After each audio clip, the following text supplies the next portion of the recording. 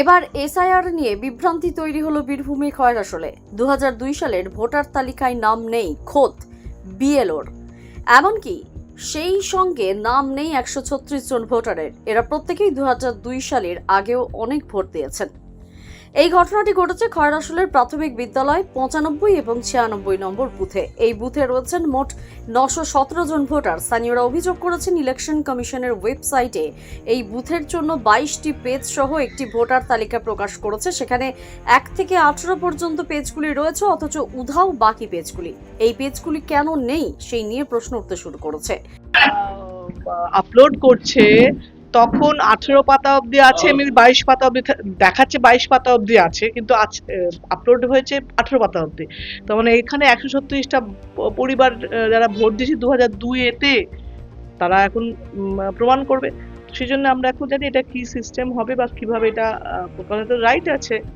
BLO নিজে যখন বলছে ও নিজেই ভোটার নয়, মানে এখানে প্রমাণ নেই, তাহলে এর থেকে আর খিচমিচ কি আর হবে।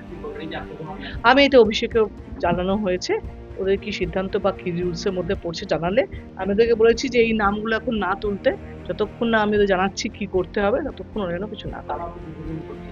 হ্যাঁ, সেটাই তো হচ্ছে কথা। এরকম কত, এই একটা জায়গায় এলাম, দুটো জায়গায় এলাম, তাতে শুনলাম এরকম সারা পশ্চিমবঙ্গের নানা রকম সমস্যা হবে, এবং এত তাড়াতাড়ির চোটে এরা করছে, তাতে সমস্যা আরো বাড়ছে, তো কমছে না।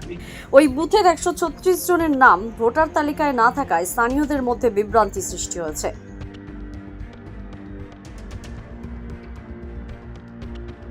আমরা দীর্ঘদিন থেকে যে ভোট দিয়ে আসছি, আমাদের বাধ্যকর পাড়ার 136টা ক্যান্ডিডেট ভোটার নাম নেই। না, আমার পরিবারেরও নাম নেই।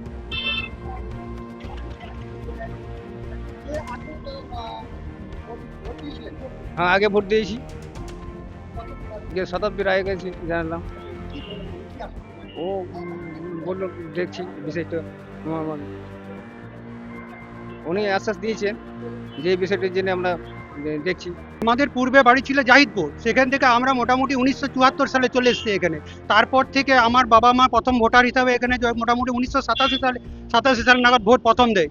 তারপর থেকে ভোটার লিস্টে আমাদের পুরোপুরি নাম আছে এবং সেই অনুযায়ী আমরা কিন্তু ভোটও দিই। কিন্তু এই ইদানিং যে 2002 সালে যে লিস্ট বের হয়, ডাউনলোড করি, তাতে দেখা যায় যে আমাদের লিস্টে নাম নেই। কিন্তু তার আগে তো আমরা মোটামুটি 5বার ভোট দিয়েছি, এবং সেক্ষেত্রে আরও স্ক্রুটিনি করে দেখতে পারি যে 1 থেকে 22 পর্যন্ত পেজ থাকার কথা, কিন্তু আমরা যখন ডাউনলোড করছি বা আমরা দেখছি সামনাসামনি, তখন দেখছি 18 পাতা। তাহলে 3 পাতা গেল কোথায়? এদের গাফেলতি বা কাদের? এবং আমরা কেন, আমরা তো ওর মধ্যে ইনক্লুড হতে পারি, বা আরও যে সমস্ত 137 বা 38 জন যে পাচ্ছে না, মানে ফ্যাসিলিটিটা মানে অসুবিধার মধ্যে পড়ছে, তাহলে 3 পাতাটা জুড়ে তাদের যদি অসুবিধাগুলো দূর হয়, তাহলে এখন প্রথম কাজ আমাদের ওই 136 জনের ক্যান্ডিডেটের জন্য 3 পাতাটা খুঁজে বের করা প্রথম কাজ।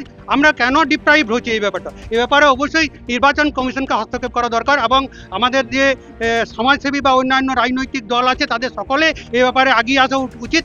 কারণ আমরা সবাই হচ্ছে ভারতীয় নাগরিক, সেই হিসাবে আমাদের উচিত যে সবাই এইটার ব্যাপারে মানে দৃঢ় মানে একটা প্রতিবাদ গর্জে ওঠা।